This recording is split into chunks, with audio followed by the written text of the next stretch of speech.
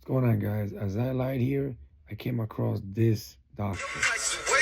I'm about to cut it. Or at least she was. That is Dr. Windell Davis-Boutte. She was a dermatologist. And she was practicing since 1994. This story is pretty crazy because in 2018, after years of practice, she got into the spotlight as the dancing doctor, and not for good reasons. Obviously, it was because, as you know, in that kind of field, it's very, you can't live that kind of double life, especially as you practice. Maybe away from it, like if you're home, if you're on vacation or something. But while you're practicing, it's understood you don't know, you don't show that kind of work. You don't want to be recording too much unless it's to, you know, it just doesn't go with it.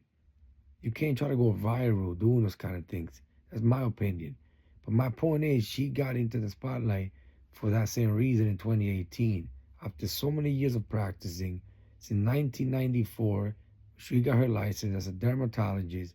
She has been certified by the board since 1997. But after following multiple malpractice lawsuits and investigations, the Georgia Composite Medical Board suspended her license in June 2018. And perhaps her biggest malpractice case to this day, to date, is Isilma Cornelius, 54-year-old bride to be. Not anymore. Remember, this happened in 2016. She got a botch surgery. She was going in for liposuction. I think they call it mommy makeover, liposuction, I think lip injection, stuff like that. And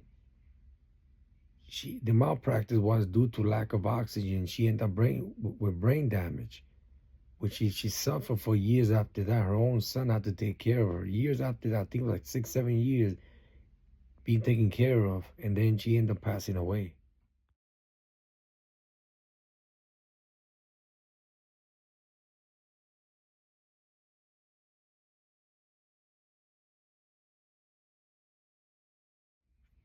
And with a dozen malpractice lawsuits being settled for millions of dollars, the Cornelius case was settled for an unspecified certain amount of money. And all this at the hands of Dr. Windell Davis-Boutte. Let's get the time frame correct. Practicing since 1994. Certified by the board 1997. Became news in 2018. License suspended in June 2018. 2.5 years she could revoke. She could pretty much appeal that suspension by Atlanta, right? In Atlanta, Georgia.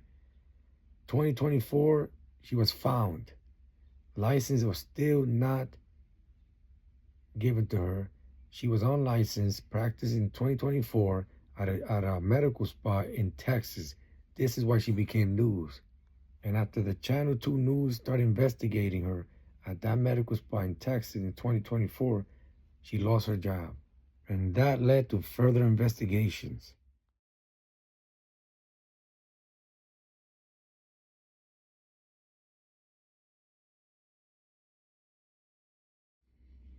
And I know that this story is pretty old. I mean, it's kind of current, but old at the same time.